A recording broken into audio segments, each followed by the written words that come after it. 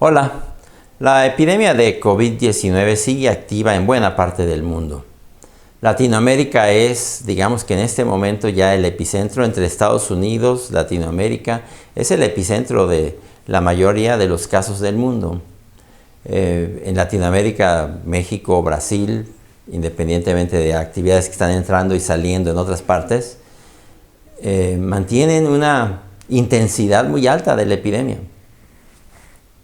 Eso lo podemos medir sobre todo con el porcentaje de pruebas que están saliendo positivas, porque cuando hablamos de casos nuevos, número de decesos que son muy lamentables, la verdad es que la mejor medición es el porcentaje de pruebas que siguen saliendo positivas. En México, más del 50% de las pruebas que se hacen son positivas. O sea, de 100 personas que van a hacerse la prueba, más de la mitad son positivas. Estoy hablando de pruebas de PCR.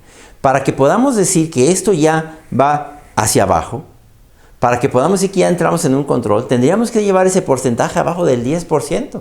Si estamos en 50%, imaginen todavía lo que nos falta. Quiere decir que esta epidemia todavía tiene mucho por delante. Cualquier país que tenga un porcentaje de positividad que supere el 10, el 20%, tiene una epidemia muy activa. ¿Cómo le vamos a hacer para prevenirlo? Bueno, hay dos tipos de prevención. Una que se llama la prevención secundaria, que es cuando ya ocurrió la enfermedad, evitar que nos haga daño, que nos haga todo el daño que nos pueda hacer. Y eso es lo que se llama la mitigación. Esto es prevención secundaria, mitigar el daño. ¿Cómo lo logramos? Ahí el personal de salud en los países ha sido de extraordinaria importancia y creo que como se dice, se la han rifado. Porque es gracias al personal de salud que esto ha tenido una limitación en su daño. El manejo temprano. He insistido que tengamos un oxímetro en casa, que no permitamos pasar días y días sin una buena oxigenación. Porque esto, COVID, recordemos, da lo que se llama la hipoxemia feliz, que aunque tengas el oxígeno bajo, a veces no lo sientes. Entonces, si ves que está bajando de 90, no, mejor avisa y que te pongan tu oxígeno. Inclusive te pueden poner oxígeno en casa, que es lo que yo estoy haciendo actualmente cuando se saturan los hospitales. Hay anticoagulantes, otro tipo de medicamentos. Vamos aprendiendo a manejar esto mejor. Y la reconversión hospitalaria, que creo que en muchos países se ha hecho razonablemente bien, como en México, por ejemplo, que considerando las limitaciones que había de un sistema de salud maltrecho, pues la verdad es que no ha colapsado el sistema masivamente. Por lo menos ha permitido que la gente sienta que tiene alguna atención. Es verdad que todavía tenemos muchas deficiencias y que tenemos, por ejemplo, pacientes con ventilación mecánica fuera de terapia intensiva y que eso les brinda un pronóstico muy pobre.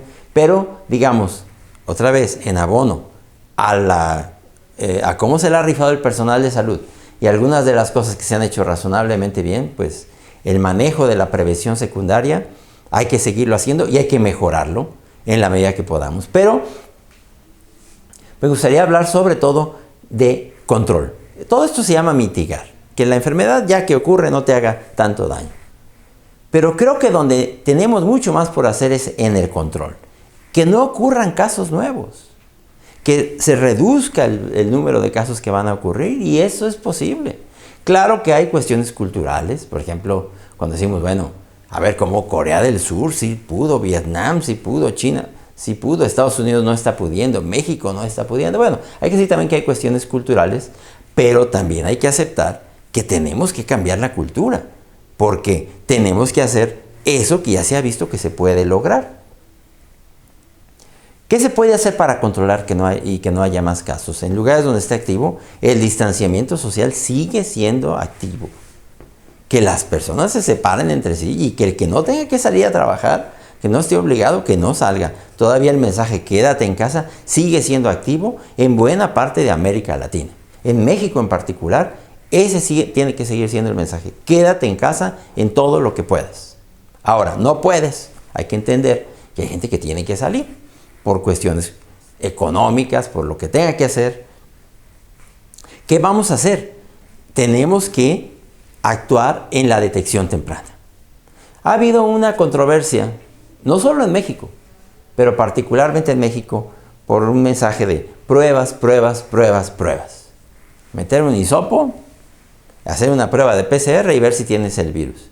Y se ha correlacionado que a más pruebas, digamos, un mejor control en términos generales. Ahora, es verdad que hacer pruebas sin ton ni son, hacer más y más pruebas, simple y sencillamente por hacer más pruebas, no funciona. No se deben hacer más pruebas si esas pruebas no están adaptadas, digamos, a un sistema de vigilancia, búsqueda de contactos. Tú haces una prueba, pero si la reportas una semana después, la verdad no sirve para nada. Clínicamente eso no va a cambiar nada. Y la prueba desde un punto de vista de la prevención que se pueda lograr con eso, después de una semana ya qué casos vas a andar buscando.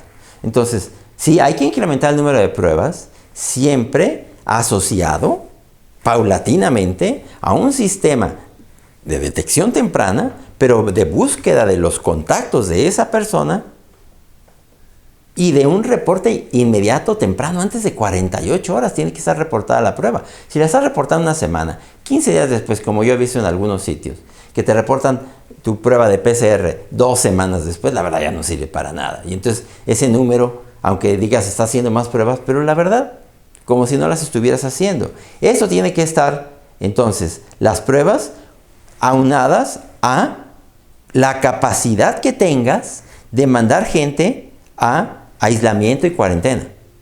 Aislamiento, el enfermo, que se vaya a pasar ahí un tiempo para que no contagie a los demás en su familia.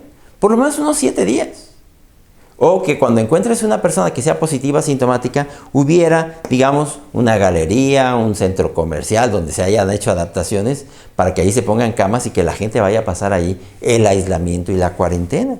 Como se ha hecho en muchos lugares del mundo. En México se ha hecho en algunos estados, en algunos municipios. La Marina ha hecho eso también. El Ejército parcialmente. Yo creo que eso tendríamos que incrementar esas capacidades. Pero muy particularmente, si sabemos que esta enfermedad se está transmitiendo en el aire por lo que hemos dicho, gotas que no responden a la gravedad, sino que las estamos inhalando en lugares cerrados, ventilar los espacios. Es muy importante la casa, abrir ventanas. Cuando vas en el transporte público, ventanas. Si vas en un taxi, en el Uber, ventana por lo menos parcialmente abajo, que no se formen esas nubes. Ventilar los bancos, las oficinas, las industrias, para que la gente no esté respirando todos el mismo aire viciado. Estos sitios entonces de aislamiento también serán importantes, la ventilación, la búsqueda de contactos, como decíamos, para poderlos mandar a cuarentena. Solamente de esa manera vamos realmente a impactar en la reducción. Esto es lo que sabemos hasta ahora. Pero en los 2 últimos meses, estamos ahora ya en agosto, en los 3 últimos meses, ha sido muy evidente la utilidad del cubrebocas o mascarilla. Y un cubrebocas bien usado. Porque tú puedes ver que la gente lo trae de bigote o están hablando y tienen la nariz de fuera. Eso y nada es lo mismo. El cubrebocas debe estar bien usado.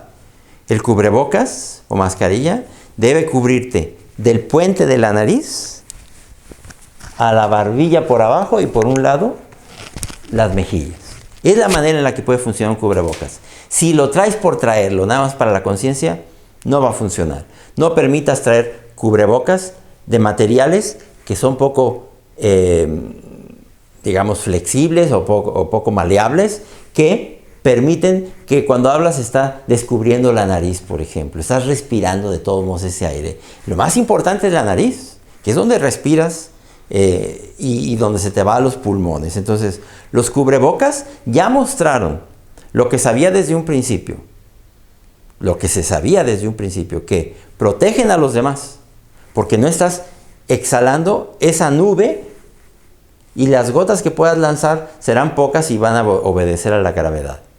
Pero ahora es evidente también, por estudios epidemiológicos, de brotes, modelos matemáticos, lo que me digan, que el cubrebocas o mascarilla es capaz de protegerte también a ti. También a ti te evita una enfermedad. Y quisiera yo terminar con una reflexión. Estamos anhelando siempre lo que no podemos tener. Estamos pidiendo una vacuna cuando antes. ¿Una vacuna para qué? Para que reduzca el número de personas que están infectándose. O, como hace la vacuna de influenza, para que si te infectas, tengas menos probabilidades de ponerte grave o de que te mueras. Y estamos anhelando la vacuna. Bueno, va a ocurrir muy probablemente de que algún día vamos a tener una vacuna. No podemos en este momento atenernos a eso, pero va a ocurrir que vamos a tener una vacuna. Bueno, va a haber gente que no se la va a querer poner. Otra vez, anhelamos a veces lo que no tenemos. Pero, ¿qué tenemos aquí y ahora? Con evidencia contundente de que te reduce la probabilidad de que te infectes. Y cada vez más evidencia de que te reduce la posibilidad de que si te infectas te pones grave. Pues eso que estábamos diciendo en relación con la vacuna, tenemos los cubrebocas. Hay que usar los cubrebocas. Hay que usarlo todos, repetir lo que hemos dicho, pedirle a la autoridad que nos lo solicite, que lo usemos en todo espacio público cerrado, sin ambigüedades, sin tibiezas, todos, que lo usemos, que nos lo recomienden. Es aquí y ahora lo que podemos hacer para mitigar, controlar, prevención secundaria, prevención primaria. Muchas gracias.